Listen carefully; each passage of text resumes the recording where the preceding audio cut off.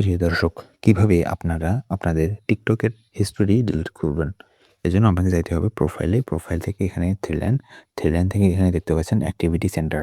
এই অ্যাক্টিভিটি সেন্টারে ক্লিক করবেন। ক্লিক করার পর এখানে ১ম এ দেখতে পাচ্ছেন ওয়াচ হিস্টোরি।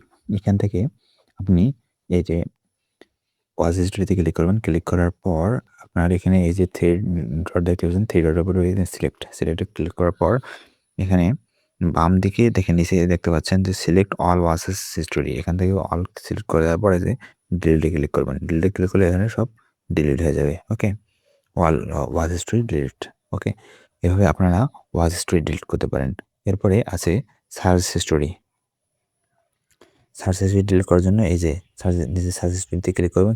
ক্লিক করার পর এখানে যে সিলেক্ট করার পর এখানে আবার এই যে বাম দিকে সিলেক্ট অল সার্চ হিস্টোরি, তারপর এখানে ডিলিট অল। এই যে ডিলিট। ওকে? সব ডিলিট হয়ে গেল। এভাবে আপনারা ওয়াচ হিস্টোরি এবং সার্চ হিস্টোরি সুন্দরভাবে ডিলিট করতে পারেন।